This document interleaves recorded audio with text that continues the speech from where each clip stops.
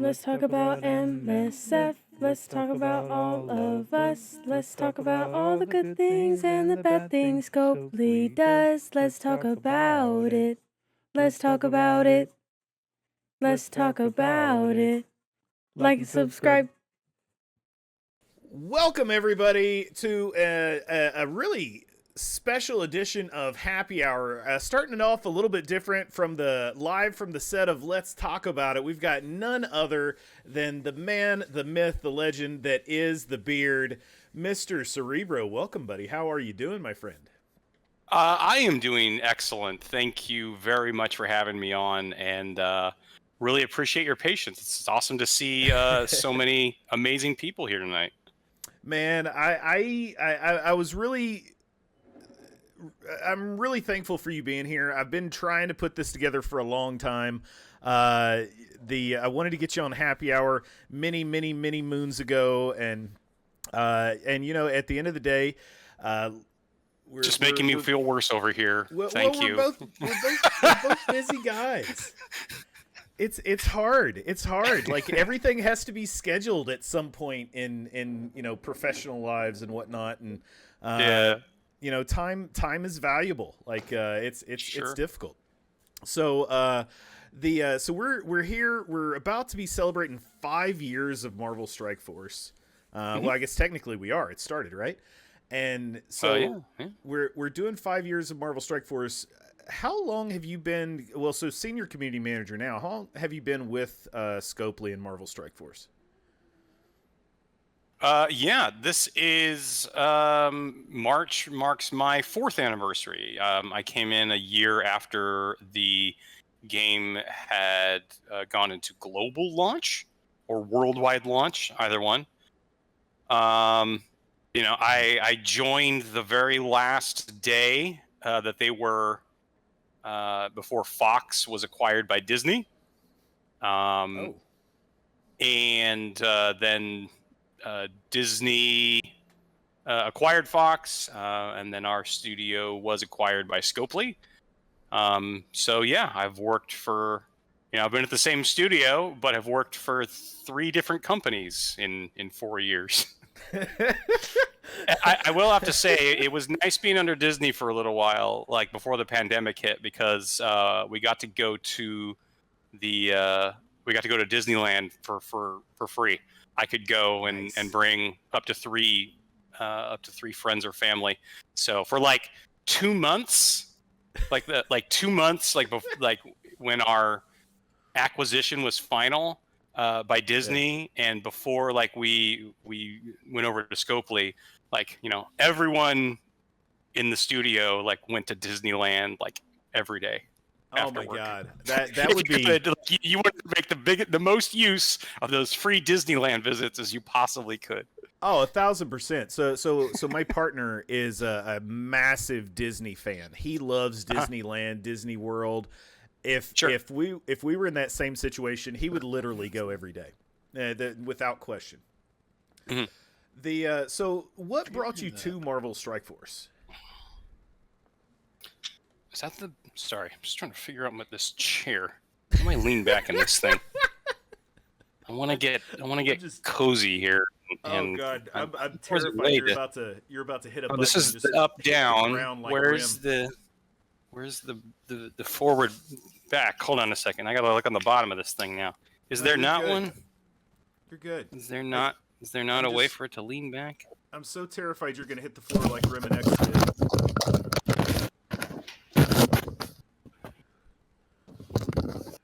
Well, I guess we just do this thing. Okay. Well, thank you for not falling. What was the question? So, what brought you to Marvel Strike Force?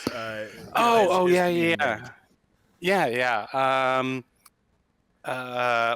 So before this, for those that don't know, I was working on Star Wars Galaxy of Heroes. And Capital Games up in Sacramento. But you know, I was having some fun up there, but this just was a more... It was a great opportunity. And I had also lived in Northern California my whole life up to that point. So I was ready for something different. I was ready for a change. Came down here and was like looking around at a number of the different like areas and places I could live down here, and really found a city that I love living in. So Yeah. Now, as far as being a community manager for a game, is that what you always wanted? Like, is that what you went to school for, or is it something that developed from something else? no. I finished. So I went to school for radio and television. That is what my bachelorette degree is in. Yeah. And I finished. I finished at a really interesting time because, like, they, again, it's in the name, radio and television, like fully expecting like I was going to work in like a local radio station or TV news station, something like that. After I was done and I was filling out, was hitting up the job boards, looking to get my first 9 to 5, I came across a job listing on Craigslist at EA for a quality assurance tester. And it's like, wait a minute, is this what I think it is? You get paid to play video games? Sure, I wouldn't mind doing that job. So yeah, I filled it out, and like 3 months later, they called me back, and I got the job. So, I did that for like a week, and I was like, well, the plan has definitely changed. I'm going to do everything that I possibly can do to stay in this industry. And I also say it was a really interesting time too, because like the year after I graduated is like when YouTube became a thing. And like, podcasting had started, but it hadn't really like taken off yet. And then like podcasting started to take off. So it's like, maybe if my degree was 5 years later, it would have been podcasting and YouTube instead of radio and television. So, so as far as getting into, excuse me, I'm stumbling over my words. So you got into the gaming industry, and then it was just a matter of trying to figure out where you fit, and what you could do. Was community manager? Is that what you did with Swuggo? With the I think you said Swuggo, right? Star Wars. Yeah.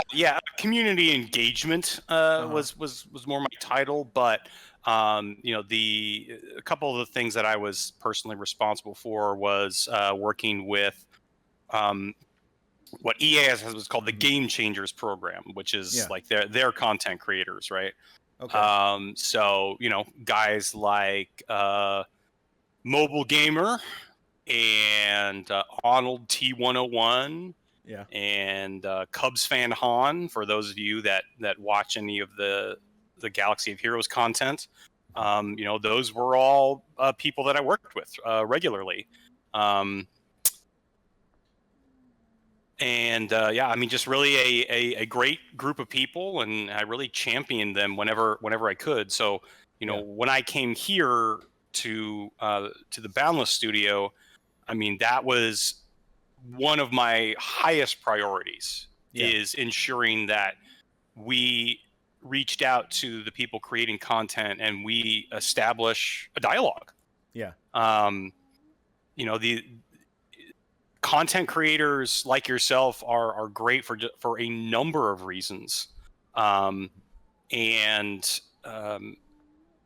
They're just one of the key components of community, especially when it comes to gaming, because you're having these conversations like every day, and the conversations are great.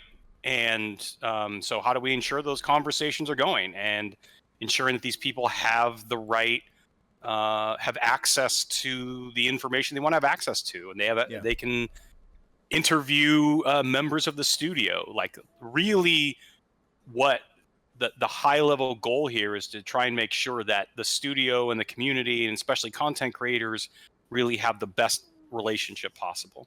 No, that's amazing. I've got some. I definitely have some follow-up questions with that, but we got some questions later on that I think will touch a lot of that stuff. I want to get to know a little bit about you. Like, What's your alcoholic beverage of choice? Like, what's your go-to relax drink versus what's your go-to let's have a good time drink? I mean, if we're talking, alcoholic beverages, I do have a couple of favorites. When it comes to beer, Mhm. I mean, it really depends on my mood, but I'm really a fan of the kind of the darker stuff. So, Okay. I love browns, stouts, porters. They're not all great. Trust me, I've had some bad ones. But sometimes I'm just in the mood for something lighter as well. And in that case, I love a good blonde. A type of beer that I don't think gets enough attention is called a Kolsch. It's like Never heard of that. Kolsch. Not too many places have one, but it's like a springtime, very crisp beer that I really enjoy. I'll drink the seltzers too. The Yeah. fruity seltzers if I am so inclined. Um, I don't really have too many spirits anymore, or even wine. I'm mostly beer these days. Okay. And as far as speaking of having a good time, I'm curious. Like, do you have hobbies outside of gaming that you really enjoy? I have at least one hobby outside of the gaming sphere, Yeah. and that is inline skating, or Okay. what people in the U.S. would call rollerblading. Okay. Um, I played roller hockey in high school. Oh. And when the worldwide pandemic started, and we got sent home, and a couple of months in, when it we all started to realize that we weren't going back to the office anytime soon. I made a very conscious effort to say, okay, well, I'm not moving very much here. Yeah. When going to the office is just waking up and going into the next room.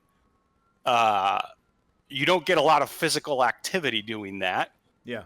I didn't even have to go out for lunch either. Like the fridge is just in the next room. Like I basically would never have to leave home if I didn't want to. So I needed an excuse to get myself outside and active. But the other part of it was you couldn't go to the gym either. Yeah. All the gyms were closed. So I was like, okay, well, what can I do that's outdoors that I actually enjoy doing? I'm not going to run. I hate running. Maybe I could play basketball or whatever. But then I remember, I was like, whoa, what did I do before? Well, I used to skate. I used to play roller hockey. So I should probably do that. And I got some skates, and I started going out a couple of days per week. Really helped to, I dropped some weight. You could probably see it, especially in my face, like if you go back and look at the old strike times in the old studio compared to, where I'm at now, or where we are at now.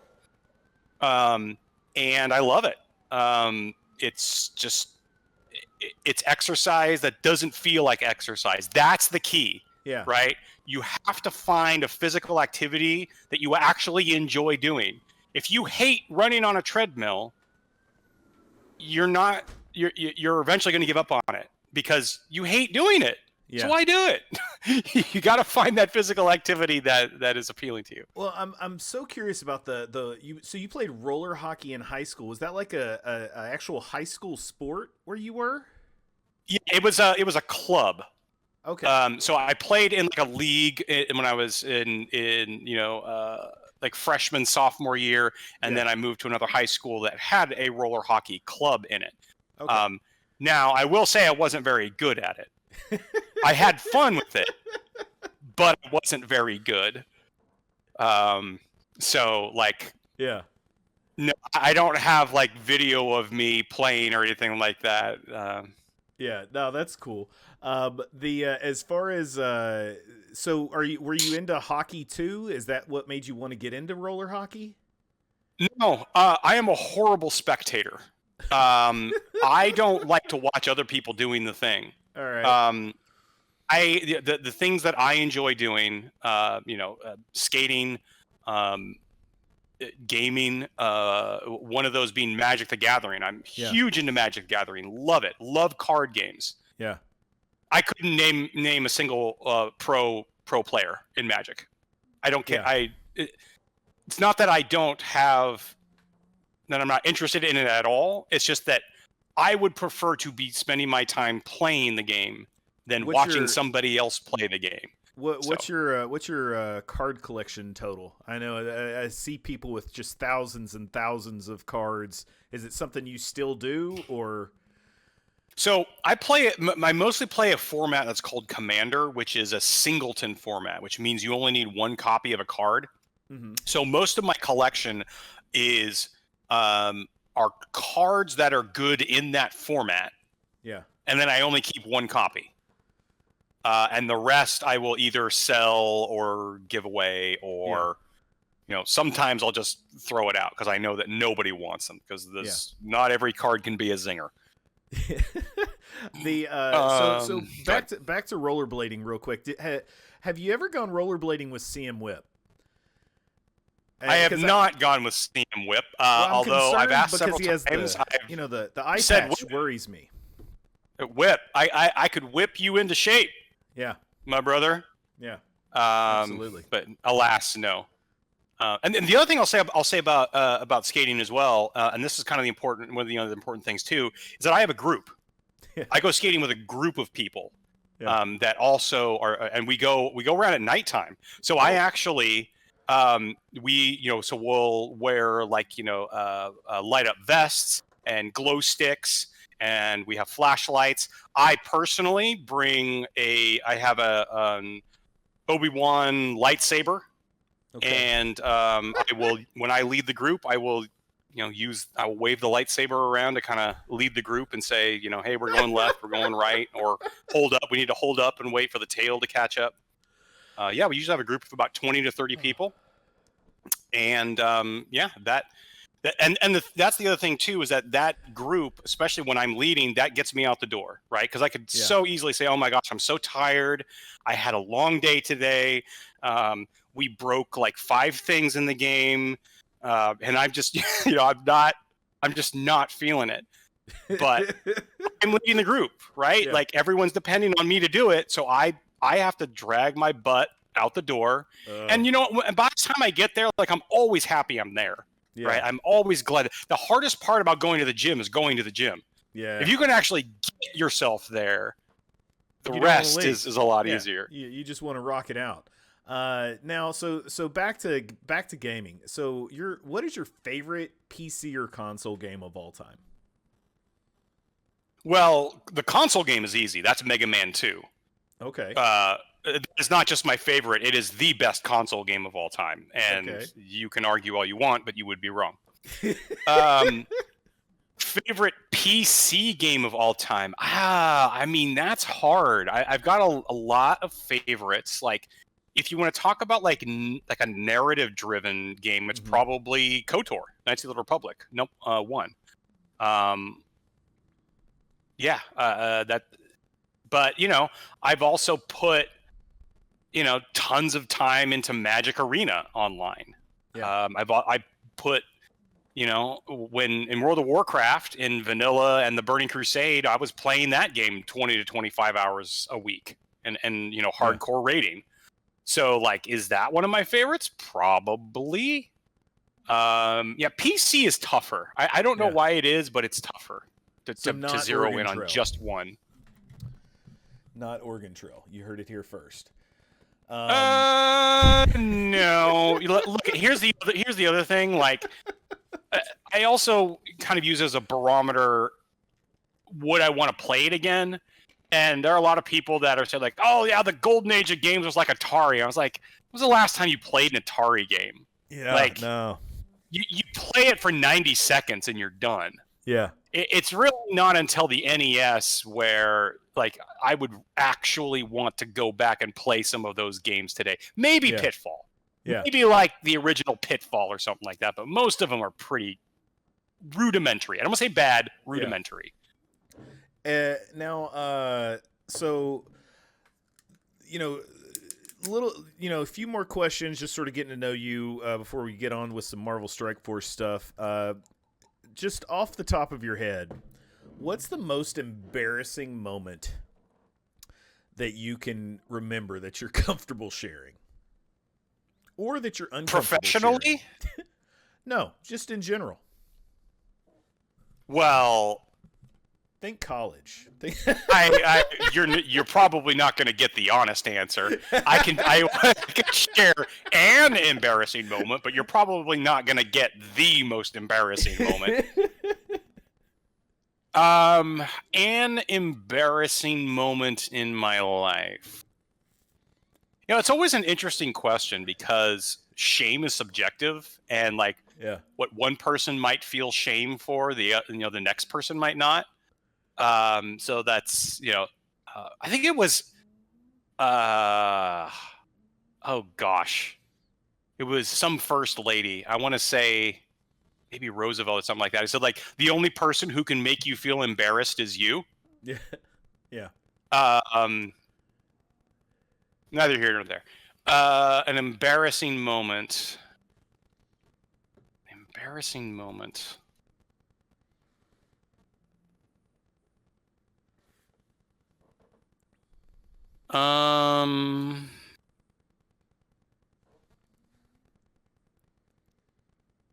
Gosh, you really got me here. Let me think. Talk amongst yourselves. No I'll pressure. give you a topic. No pressure. No pressure. There's nobody watching. It's just you and me. Nobody else is gonna see this.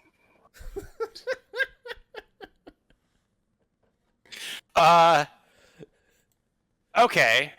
So when my wife was in labor, I took a nap. Oh God. And I think someone took a picture that because like my wife's friends were also there. Like, right, we were all like in the room, kind of just like waiting for it to you're just kind of waiting, right? Yeah. Like, you're not doing you're just kind of you're waiting she's waiting for her body to be ready to push. So it's not like that was actually happening yet. We were just, myself and like her family and like her close friends were all just like standing around waiting. And, we left to go to the hospital at like 3 a.m. or something like that. So I was tired. And so I took a nap, and I think one of her friends took a picture of me sleeping. And like they showed me later, and I was like, while your wife was getting ready to have a baby, you took a nap. And I was like, yeah, that's not a great look, is it? Did you wake up for the birth? Oh, yeah. No, I was definitely awake for that. But, Jesus. it's like it's kind of like, misery loves company thing, right? It's like, look, if I can't take a nap, you sure don't get to take a nap. All right. So last one before we move on. This one in particular is real important to me. So I suffer from extreme anxiety. So I've got a goal with my streaming. Well, so I started streaming to help with that anxiety, and I have a goal with my streaming to normalize mental health as much as possible. Just making it aware, knowing that it's okay to not be okay. And I'm curious if there's any mental health issues that you've had to deal with during your career, lifetime, whatever.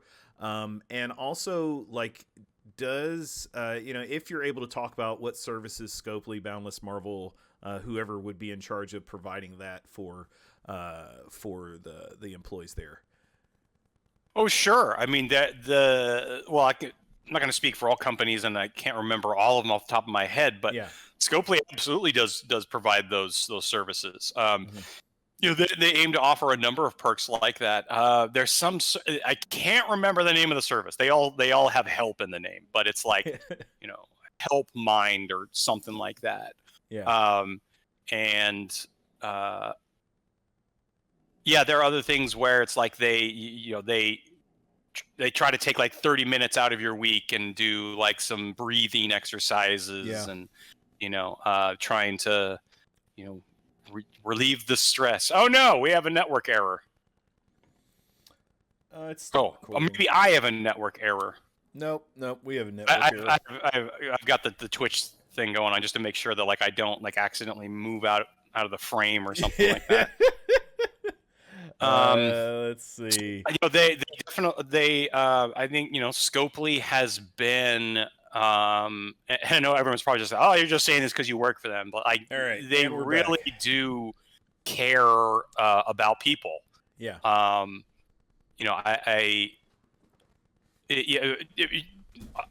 had to deal with some significant mental stress. Getting laid off sucks. If you've ever been laid off, it's not a good feeling, right? And you you just, because you go through the gamut of emotions, and you just think of oh my gosh, was it? They said it wasn't me, but was it? Maybe it was me. Maybe if I did something different, and you think that I'm never going to get a job ever again. That was the only job I was ever qualified to do, and no one's going to hire me ever again. Until you get that next job, it's a real low point. Yeah. It's that points like that, you absolutely can become subject to substance abuse. Yeah. I probably drank more than normal. Yeah. During points like that. So sure. Yeah. Well, thank you for sharing that. And like I said, it's I just want to normalize it as much as I possibly can to as many people as I can touch as possible. In your opinion, while you've been with Scopely, what is the biggest oops you've ever been responsible for? That you made just a glaring error, and just that trying to recover from that. Yeah. There have been a couple of times. I'm not going to get specific. There have been a couple of times where, because as somebody who, it's part of my job to be the voice and the representative for the team. Yeah. And there are times where I'll speak for myself, and I'll be very clear about that. Basically, everything that we've really talked about so far is my experience personally, right? And if I need to specify that, I will say that. But when it comes to Marvel Strike Force, I'm speaking on behalf of the team. There was at least one time early that I was here where I announced something earlier than I was supposed to. And that created some problems, a number of issues that we had to make some pivots internally to compensate for the fact that this information got out before it was supposed to. I'm not telling you what it was, but you can go speculate on that. All right. So during your strike time interview that you had with Rick Mayer, he talked about goal setting with creating of the Scourges. How are goals defined for something like that? Yeah, I went back and I spoke with Rick about this. We had a little chat. It's interesting when it comes to features, and especially new features. So when we say features, what are we talking about? Cosmic Crucible is a feature. Arena is a feature. The Scourges are a feature. So when we're making new features, usually the goal, kind of like the overarching goal, is that you want people to have fun, right? Because when you're making a feature, this is something that people are going to be coming back to quite often. Okay. Yeah. And when you get a number of people saying, hey, this isn't fun, well, you probably, we missed the mark on that. But specifically when it comes to the Scourges, the goals that Rick had were he was trying to really target three main groups of players, Okay. because you can't really tune for every single type of player, because Right. different people have come into the game at different points over the past 5 years. You can't account for everyone's different situation. So the main three types of players that Rick was looking to try and balance this against were low-level players that could do just like the bare minimum of content. What is it going to look like for them? Yeah. What is the what is the experience going to look like for players that are just trying to unlock the character, right? You're just trying to get the minimum number of character shards so you can unlock the character. And then on the other end of the curve, the people that are going to be going hard, people that are going hard on the leaderboards, they're trying to get the highest scores. Then obviously, everybody else is in between. Yeah. those three, but those are kind of like the three main experiences that they were really trying to tune and to get right. Okay. And then as far as specifically about the Scourges, do we have any idea why the Scourges were set at the levels, at the top end levels that they were? Because it based on my communication with with those players at the top, those Scourge levels are never going to be utilized in at least the current Scourges that are out. So what was like, why put forth the effort to making something that's not attainable? Yeah, no, there actually is a reason for that. And basically future proofing. So this was one of the first times where this was the first time where we were creating this arc, this story, content, and features for almost a year, right? We're almost to the end of this. Yeah. Right. Apocalypse comes out next week. So it's been, almost an entire year. So when they were designing the first Scourge for Morgan Le Fay, they were saying like, well, we don't know how long it's going to take before the final Scourge comes out. It's probably going to be, 8 or 9 months later. And are going to be using the Morgan Le Fay Scourge as a reference for all the other Scourges. Yeah. So they didn't want to make a Scourge that they knew people could totally beat, even if it's really hard, that people could totally beat on the first time, and then you're done with it, because we don't exactly know what everything is going to look like when the final Scourge comes out. And namely, that's characters. So we've talked about this before in other Strike Time episodes. Usually takes, depending on the complexity, 4 to 6 months to create a character, right? Yeah. From the first ideation to the point where you see it in the game can be like 6 months. Well, we might know which characters that we want to do around then, but we definitely haven't made the kits for them, right? So in April, we don't know exactly what all the characters that come out in December and January are going to do. Yeah. Maybe we decide at some point, hey, we need to make some characters stronger to handle these Scourges, where like any number of things can happen. So it was basically a future proofing to say, like, by the time we get to the final Scourge, we want to make sure that there is still a good challenge to that content. It's not just people blowing right through it and be like, oh, that was a breeze, because we introduced something along the way that made it too trivial, too easy. Okay, so that's fair. So it's not just the Scourges that we have, but the idea that this will not necessarily will continue, but could continue. and so that you don't have, to your exact words, I think, was future proofing, so that you don't have to just keep redoing everything.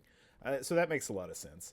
Now, sort of backtracking towards the beginning of this conversation, your first job in the gaming industry was a bit of quality assurance. Can you talk about the process of quality assurance in Marvel Strike Force specifically, and how they screen for bugs? Yeah, sure. So as you mentioned, that's how I first got my gig in the industry. QA and CS, customer support, are two excellent entrance points for anyone who's looking to get into the industry. Those would be the jobs that I would be, if I were in that position, that I would be applying for to help get my foot in the door. So I think that's one of the first things that you want to keep in mind, is that these QA and CS are usually entry-level roles. So you have people that are coming in for the first time in the gaming industry. Yeah. Also to kind of like help set the stage on a few things here.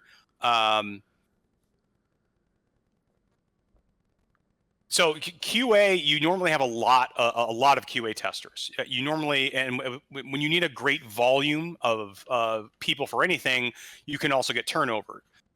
So if you think about like some of the biggest AAA games, right? Like you pick like a Red Dead Redemption 2 or a God of War Ragnarok, something like that. You can have upwards of like 300 testers easily. Because like you'll have some testers that are in the actual studio with the team that's making the game. So say, for example, again, like a Red Dead Redemption 2, you're going to have testers in Rockstar that are testing it. Many times they'll need outside help. So they'll need to go to another, there are plenty of companies out there that have that specialize in outsourced quality assurance. Then once you're sending your discs off to all of the console makers, right? So like Sony and Microsoft, well, they have their own testers too. Yeah. So, you got a lot of different eyeballs, sometimes hundreds of testers looking at things, right? Even with games like that, and with that rigorous process, and all of those checks and balances,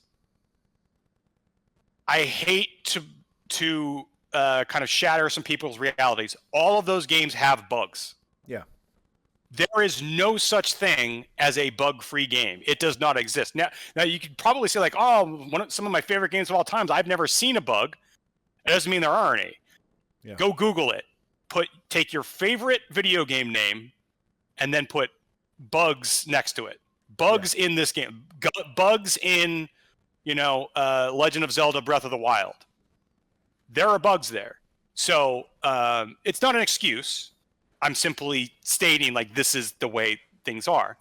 So and then in the process of finding bugs, the dev team does what's called a triage, a bug triage, where you look at your list of bugs and you prioritize them. Obviously, if you have bugs where it's like, hey, I can't progress past this point, you got to fix those first. Yeah. So in that process, these testers find literally thousands, sometimes tens of thousands of bugs. Yeah. And you've only got so much time for most games. Yeah. And you have to triage and you have to fix, most of the ones that you possibly can. But no one bats 1,000. Yeah. And sometimes things get missed. Now, again, not an excuse. We should always try to do better. Yeah. But we had in our workflow, we have time allocated for testing. Yeah. And, you don't get any credit for the ones you catch, right? You only get you only get called out for the ones you missed, because we catch hundreds of bugs for every version release, but there's one that gets missed. Of course, that's the one that gets called out. but I will say this too, is like, look, it's also not always QA's fault either. I mentioned like World of Warcraft. I used to play that a lot. If any of you play MMORPGs, especially ones where you do a lot of raid content, right? You're in a raid with 20, 30, 40 other people. Mm-hmm. If your alliance wipes, who's the first one that gets blamed? You. I'm asking chat. Whenever you're, if you ever played MMORPG, if you played World of Warcraft, right? You're in Black Rock, tank, and you wipe on Ragnaros. Healer. There it is. Healers. They got it. Healers get blamed every single time. You okay? Now, it might not have been the healer's fault. It could have been that the tank wasn't holding aggro. It could have been that the rogues weren't burning down the ads fast enough. It could have been that your mages weren't doing enough DPS and before the boss did his AoE blast. There are a number of reasons why you could have wiped, but it is always the healers that get blamed first. Same in this, it's always the QA testers, right? It's always QA is the first people that people look at as to why a bug got through. And sometimes it's warranted. Again, I'm not going to say any times, but there are times where, they missed it, and they should not have. But it's definitely not their fault 100% of the time either. And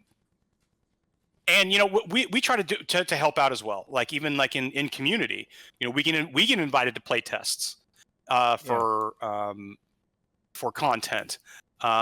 We've got we have a playtest server where we'll invite like content creators and moderators in there, and they can come test content, and maybe they'll see something as well. Like we are hyper aware of trying to put out I can't say bug free, bug limited releases, because bug free is not really a thing. It's not realistic. Yeah, it's not realistic. For a game that's in constant development, it's not realistic. By the way, I love you, chat. Like, I don't know if you saw Taco, but like your chat knew. They knew exactly what I was talking about. Honestly, so I've never played World of Warcraft. So when Healer just started going up the chat, I was like, what's happening right now? What are you nerds talking about? That's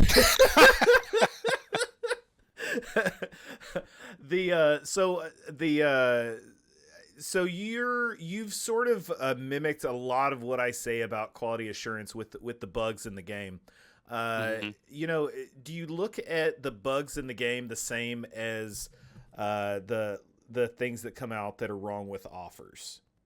For example, is that the same process, or is it a different process?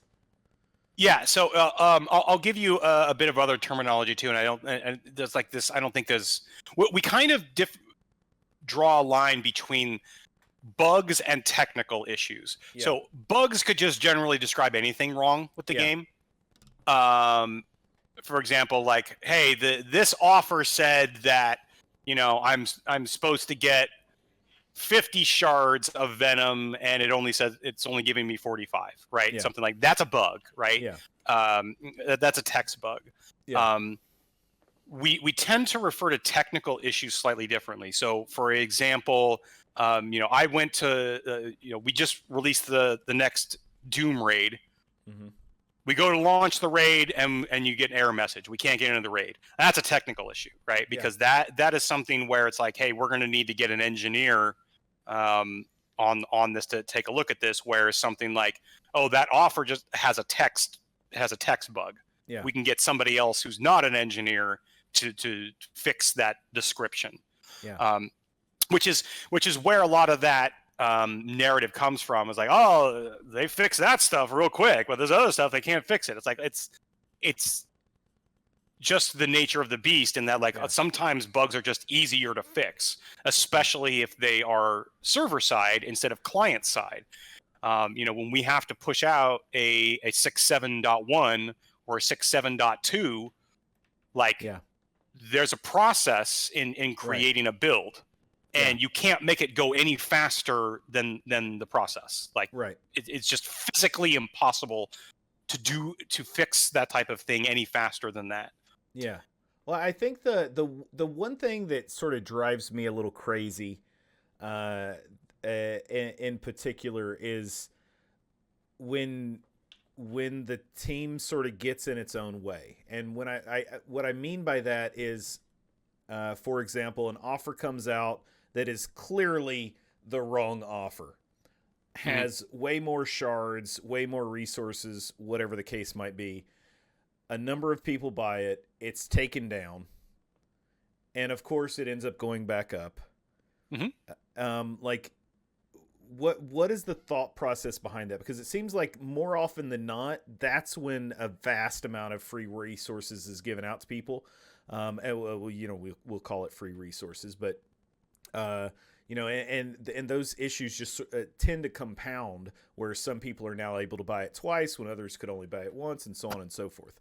Like, where is that? How is that being looked at, and what are the determining factors for making that type of decision? I'm sorry, specifically the decision of if an offer is taken down and then put back up?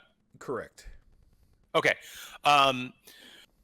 Well, the thing is that, like, I don't know if I can necessarily tell you what the thought process is, because each of those issues are all different. When we say in communications that we evaluate all issues on their own merits, it's true. Yeah. We depending on the impact of the bug, you might need to get a large group of people together. Yeah. And I don't know if I can say there's a process other than we all discuss it, right? Like we try to look at it from all different angles, and we say, okay, this affected these people like this, it affected these people like this. And don't forget, because it's a lot of the things that are going on in the game currently. It's like, oh, well, this affected people in this war zone. It didn't affect people in this zone of war. But if we're giving it to them, we should also probably compensate them, even though they're not affected. We want to make sure that the outcome of this is equitable, and that we're not, giving things out, that would cause like an imbalance. So, I mean, I guess the process is discussion. Yeah. Right. We discuss it, and we try to think of, all the different scenarios, all the different outcomes, and all the different player types, for people that have installed the game in the past 5 years. Yeah. We're trying to think of everyone. That is the process. And then we try to, find the best path forward. Was that a driving factor to changing the times that the offers were going live? Is that something you can talk about? I don't know. Sorry. Was that a driving force in changing the? It was. I'm not gonna. I don't think I can go into too much detail, but it was more operational. Okay.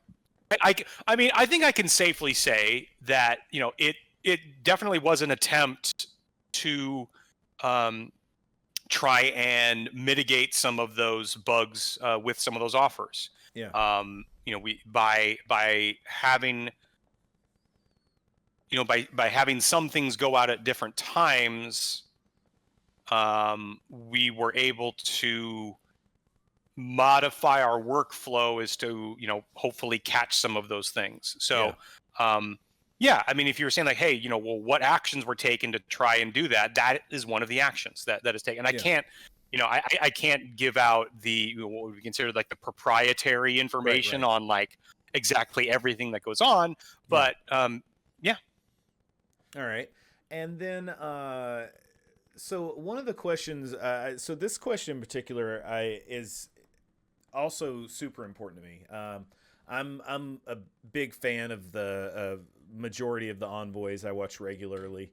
And it feels like there's less direct interaction lately between the envoys and Scopely employees. Is that something that can be improved? So when you say direct interaction, can you be a bit more specific? Yeah. So there used to be a lot more. I mean, so lately we've gotten a couple strike time videos. We went a long time without getting strike time video, and I know those normally don't involve envoys, but I know the envoys often would get sort of early access so they could start making content for stuff like that. There would be a lot of the envoys would put out YouTube videos of various character releases and things of that nature coming into the game in a pretty regular cadence that doesn't seem to be there anymore. And to me, it feels like that lack of communication and has had an impact on the community as a whole. And I consider myself a low salt, happy-go-lucky entertainer. Not necessarily content creator. I like to entertain people as best I can. But Sure. There's been a lot of salt in a lot of envoy streams that normally are super positive and happy-go-lucky. And so I'm just trying to see what's being done to help build that back up. Sure. So I think there might be a bit. So I think this is part perception issue. Yeah. And this is also part of kind of coincidental overlap. Mm-hmm. So let me start with why I'm saying perception issue. So as far as interaction goes, like that has not changed. We envoys are in touch with us basically every day. Yeah. They ask us questions all the time, and we have dedicated people to be ferrying those questions and presenting them to the team and trying to get answers. We also do the content creators, the envoys, have a call with the combat designers before every version release. Okay. Because when we give them advanced information or we let them into the playtest server so they can test these characters out for themselves, we want to make sure that they get all their questions answered first, right? But because they're taking that information and then they're able to go and amplify it and tell the other players what their experience was with it. So it's in everyone's best interest to make sure that the information they're being given out is accurate.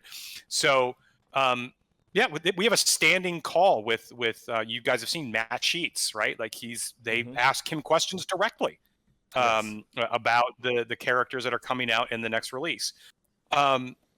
So I understand the thing about strike time, and that was just a bandwidth issue. Like I needed Archangel. Yeah. I needed that person to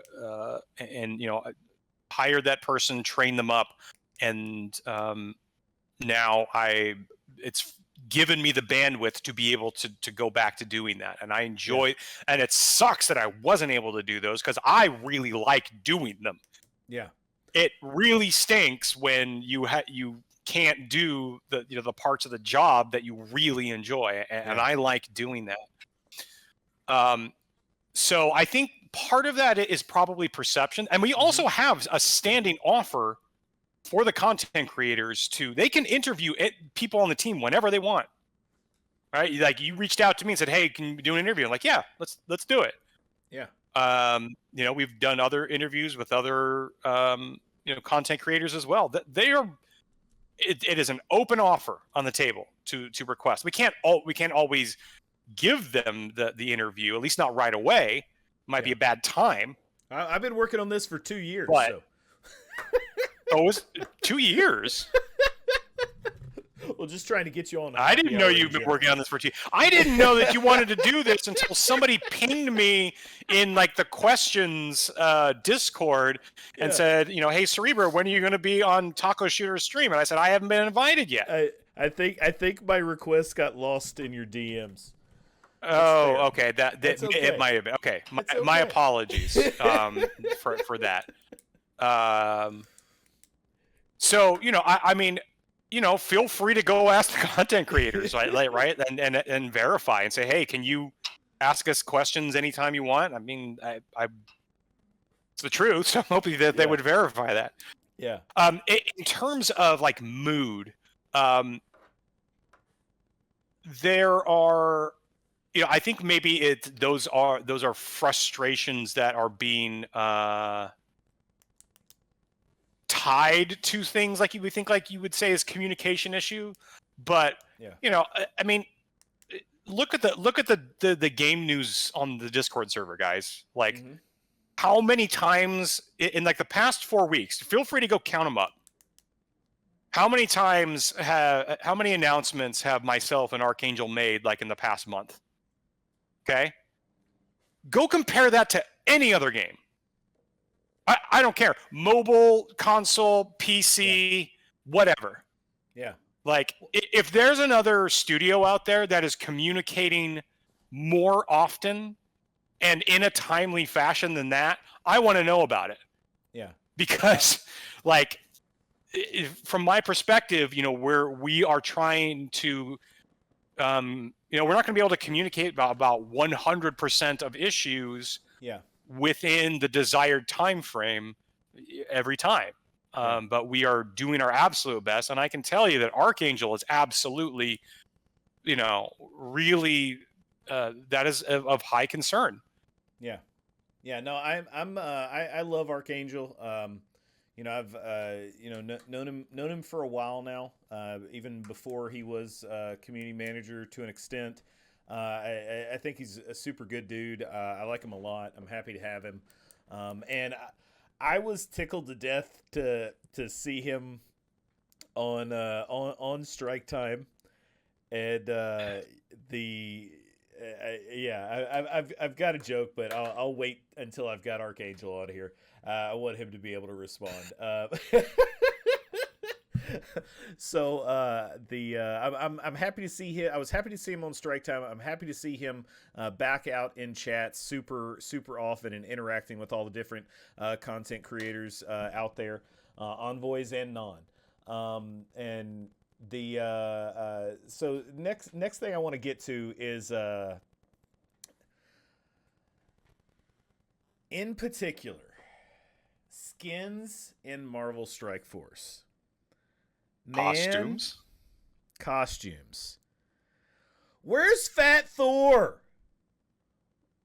What is happening? Is this something that Marvel is just like absolutely, because I don't see it in any Marvel game. And hold my beer. I think everybody in chat, everybody in Marvel Strike Force, everybody in every Marvel game would throw their wallet at whatever game it is. Give us Fat Thor. Yeah, maybe to throw you a bone, I could send you a picture of mine. I actually did for Halloween 2 years ago. I did that costume. The beard though was very itchy. I could not wear it for that long. That's it's an interesting question. Will we ever get it? I don't know. Because I mean, it's because things change. Sometimes I think there's a lot of times like look at the Marvel universe is huge and vast, right? And things are changing all the time with the shows and the movies and stuff like that. And there have even been there have been times when maybe it wasn't the right time to do something before. But then like it became the right time. I was not expecting that we would ever be able to do zombies, but we've got zombie Iron Man. So yeah, I don't know if it's like if there's a reason, I don't know it. I can claim plausible deniability on this one. I'm not trying to withhold information. If I went and asked Matt Sheets, he could probably give me the reason. Although again, I think I probably want to maintain my plausible deniability status. But I mean, who knows? We've done a couple of things that I thought were things that could, like, for example, another example, it in the early days, we couldn't really, the team had a hard. I want to use the right verbiage here. We didn't have. In the early days, we did not have characters riding or mounted on anything, right? There was not a Ghost Rider that was on a bike, or a Silver Surfer that was on a board, or anything like that. And it was something that the team had to develop for the game, right? It was tech that they had to develop. Within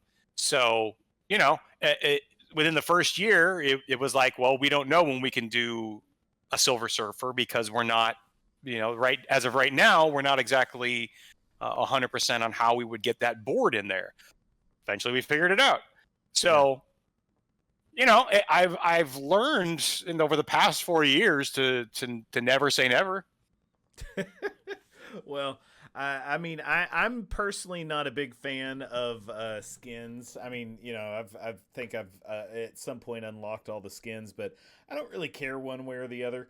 In particular, I don't care about the dress that they put on Red Hulk, but that's neither here nor there for this conversation. It's a kilt. Tomato. Hey, I've got a kilt. I do too. It still looks like a dress. I thank you for your time. We're to the end of this part. Is there anything you'd like to share with the audience that we didn't cover? Anything that you'd like to sneak peek, or just or just in general say to those watching at home? And also, be sure to like and subscribe. Is there anything that I want to sneak peek? Well,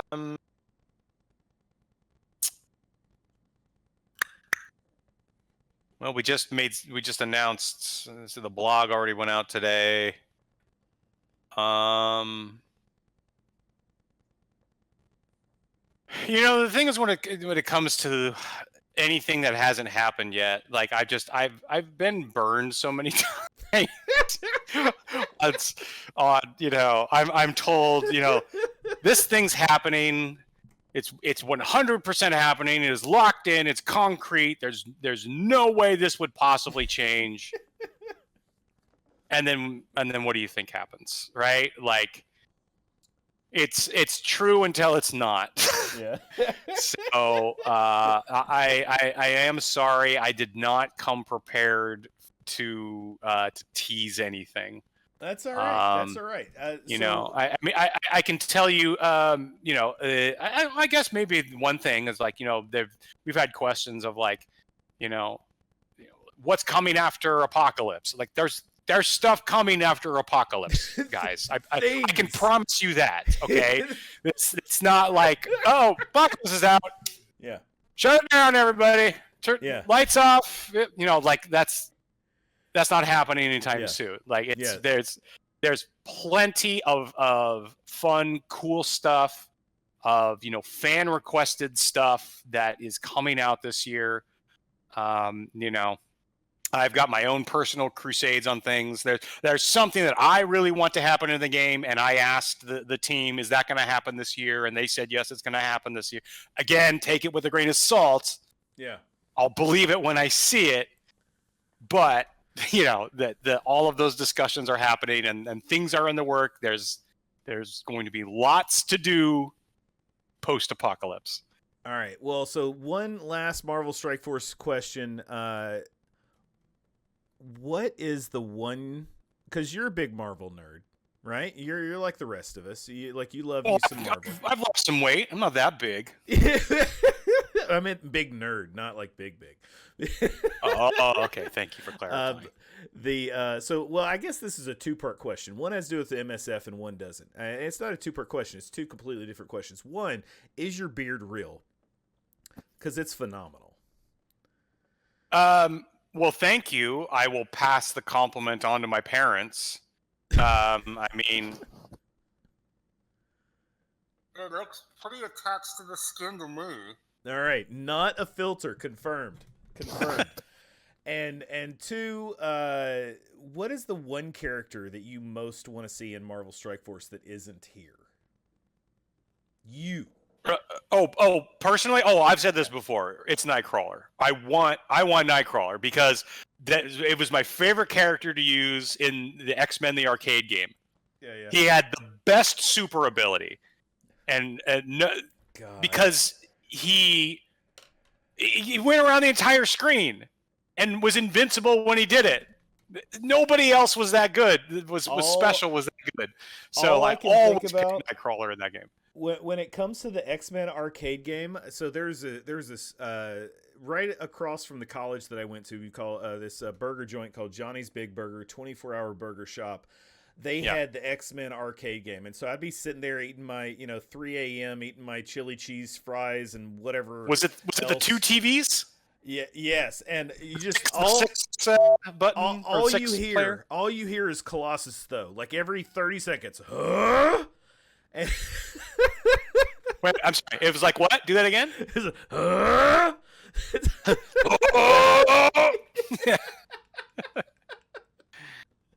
All right, man. Thank you so much for being here. I appreciate your time. Thanks, bud. It is time for a toast, but we'll do that off YouTube. Thank you, everybody, and again, don't forget to like and subscribe. Peace and love, everybody.